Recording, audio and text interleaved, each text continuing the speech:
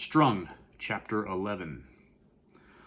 Logically, the opposite should be the case, but in many ways, this new world they traversed was far eerier in daylight.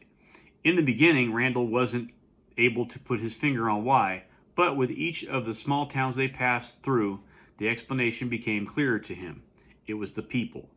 Not the hanging ones, but all the others, those who handed out packages, patched holes in asphalt, went for walks with dogs, painted walls, cut down trees, and drank coffee in small cafes as if nothing happened. One thing was that the daylight naturally drew more of these people out, but it also made them more visible and underscored how insane their behavior was. For in daylight, there were no excuses, no explanations or doubts that could benefit them and justify how they could uphold their daily routines without reacting in the least to the fact that dead people were hanging all over the place. And dead people there were in abundance. They had passed through 4 smaller towns at this point. And each and every one of these had corpses hanging from the lampposts and signs as if they were in the process of decorating for some bizarre holiday. And the smell. Oh God, the smell. In reality, neither he nor Tommy had a great urge to cut through the towns, but there was simply no way to get to Newcrest without passing through at least a handful of populated areas. And what was worse, before long, they would also need to make a stop in one of them because the needle on the gas gauge was getting dangerously close to the bottom. However, Randall didn't intend to waste time on that concern until it became necessary. Because right now they were moving through a quiet forest area where there was a long way between both houses and public executions. Hardly had he let go of that thought when Tommy spotted something that made him snort and exclaim, "Oh, no shit, Sherlock. I think we got that figured out by now." "What did we figure out?" "That," Tommy said, pointing to an old rundown wooden house nestled between a cluster of tall pine trees about 20 yards behind the road ditch on the right side. The little house was clearly abandoned and had, judging by its appearance, been so for many years. Patches of dark green moss covered large parts of the front, and of the 5 windows he could spot from this side, there was only one in which the glass was still intact. In front, the garden, an overgrown sea of dried yellowish grass, which at the wind's command waved back and forth in sync with the rusty iron rooster on the roof, was framed by an old, worn fence. It was, in other words, the type of house that gives young children nightmares and makes bigger kids challenge each other to enter. But that was, Randall understood immediately, not the reason why Tommy had drawn his attention to it. What had caused his brother's outburst and made him to point to the house were the big yellow letters on the roof, the graffiti. "Don't call the police," it said. A simple message, cut to the bone, and one that he could only support. "Who do you think made it?" Tommy shrugged. "I don't know, but I'm taking my damn hat off. It must have required balls." "That's for sure," Randall said, nodding. "But why do it all the way out here? We haven't seen any of the hang since Melville." The answer came when they reached the peak of the elevation in the landscape they were on and could see what was on the other side, because there, at the bottom of the hill, where the trees stopped abruptly as the ground changed from soil to rock, was a tunnel making it possible to pass under the railway and the mountain on which it ran. And from the signs above the tunnel's entrance hung not just 1, but 2 dead people. Beneath them, across the dark gray asphalt of the road, was another warning written in the same screaming yellow letters and the same handwriting as on the roof of the haunted house. The words were also the same, but this time, perhaps due to the bigger canvas, the unknown graffiti artist added an extra sentence. "Don't call the police, they're the ones killing people." The warning made Randall feel scared and strangely uplifted at the same time. Scared because it made the situation more real. Uplifted because it confirmed that they weren't the only ones realizing that something was completely wrong. He glanced at Tommy and only got a brief glimpse of his face before it fell in shadow as the Chevy drove into the long dark tunnel. but the brief glimpse was enough to assure him that his brother struggled with the same ambivalence. How many of us do you think there are? Sane, you mean? Well, yeah, I guess so. How the hell should I know? Not many, it seems. While he spoke, Tommy pulled with a mildly trembling hand a cigarette out of the pack he had in his shirt pocket.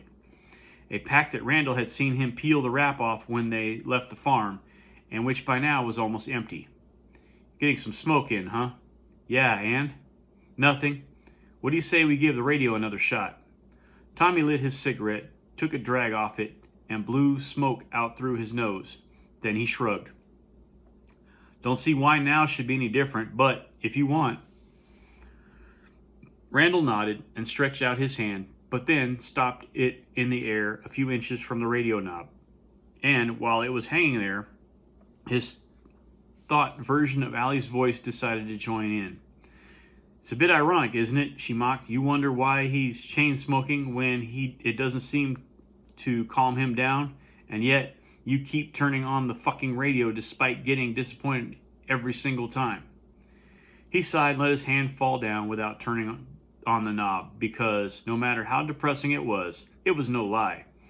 He had been disappointed every single time. Fragments of interviews, babbling revival preachers, and advertisements for a wide range of products that one couldn't live without.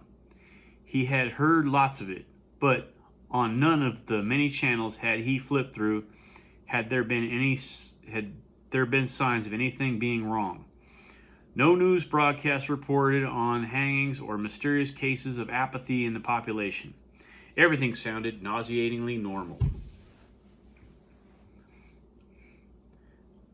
How's the little bumblebee doing? Tommy asked as the Chevy rolled out of the tunnel's darkness and into the light on the other side. I've been meaning to ask. He must have grown a lot since I last saw him, I guess. That he used Billy's nickname was completely natural. Everyone in the family had done so since the birthday party, where the boy who had just learned to speak spotted a bumblebee out in the garden and asked what it was.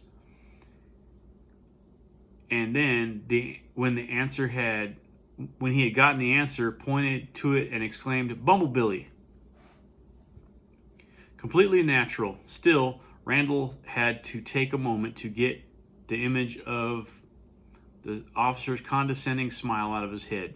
For my son Billy, my little bumblebee. Yeah, he's gotten pretty big, he said, raising his hand so it rested in the air just below his chest. About here, maybe a little taller. Seriously? Randall nodded, and Tommy let out a small whistling sound. Time flies, huh? His voice had a mushy tone, which made Randall feel a twinge of remorse that he hadn't tried to restore their strained relationship earlier. Despite his faults and shortcomings, Tommy had always been an excellent uncle to Billy.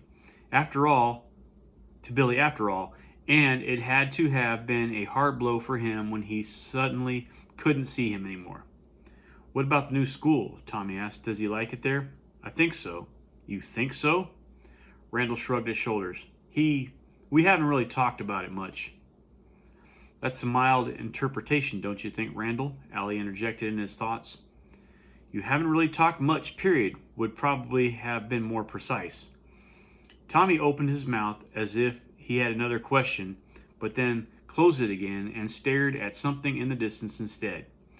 First, with squinting, and then with wide open eyes. He's been pretty busy, huh? Randall followed his gaze and felt his own face contract in disbelief in the same way that Tommy's face had done. Somewhere between 5 and 10 miles ahead lay the city where they would make their next stop.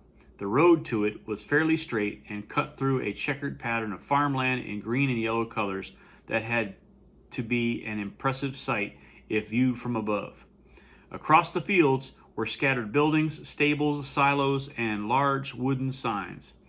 And the vast majority of them carried large yellow letters with different versions of the same message. Don't call the police. It's the cops killing people. Don't trust the police. Maybe we should try to find another way, Randall said. It seems to be pretty bad here. Sorry, Tommy replied, tapping his finger on the glass in front of the gas meter's warning light, which was now on. I'm not loving it either, believe me, but it's the closest city and probably the only one we're able to get to. Randall nodded and then took another look at the many graffitied warnings adorning the landscape on both sides of the road. Yeah, well, he sighed, we can't say we haven't been warned.